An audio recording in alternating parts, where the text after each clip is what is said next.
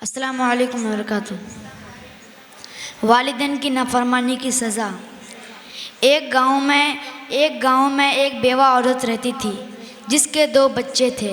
उनमें का एक लड़का और दूसरी लड़की थी।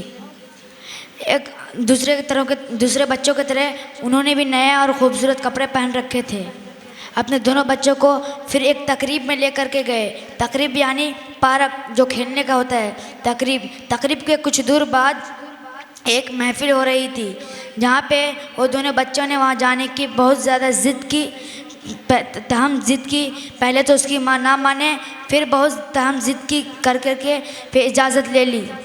फिर इजाज़त दी। उसकी माँ बोली कि महफिल वाली जगह से कहीं आगे मत जाना। फिर महफिल वाले आगे से कहीं आगे मत जाना। फिर वो बात मंजूर कर ली। अपने दोनों बच्चों फिर खुशी खुशी चल गए। फिर जाने के बाद महफिल में कुछ लुत्फ़ अंदाज होते रहे। फिर थोड़ी देर बाद स्टेज में चक्कर लगाने लगे। स्टेज के कुछ दूर में एक तालाब नजर आया। उस तालाब में अपनी माँ की नसीहत भूल करके उस तालाब में तैरने के लिए चले गए। फिर तैरने में नाकाम हो गए, फिर डूब गए। महफिल ख़त्म होने के बाद सब कोई अपने अपने घर आए। फिर माँ सोची कि मेरा बच्चा कहाँ है।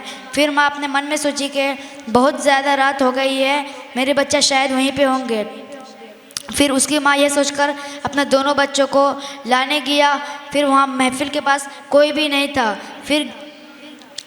था। फिर बहुत रोई, रोते रोते घर आई, फिर सो गई। फिर ख्वाब में एक बूढ़ी औरत आई।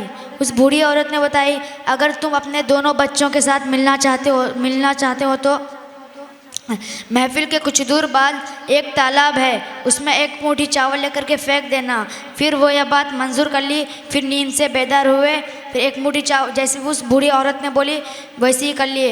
एक मुट्ठी चावल लिए और तालाब में फेंक दिए। फिर उसका दोनों बच्चा मछली बन करके वापस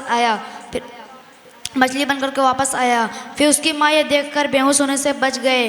फिर बहुत रोई, चीख की आवाज़ बहुत रोई। फिर चीख की आवाज़ सुन करके गांव वाले भी आए। फिर पूछे, सवाल किया कि क्या हुआ। वो जवाब ना दी। फिर एक बूढ़ा को समझ में आ गया। तो अपने मन में एक मंत्र पढ़ा। फिर उसके दोनों बच्चा वापस इंसान बन करके आए। अस्सलाम वालेकुम।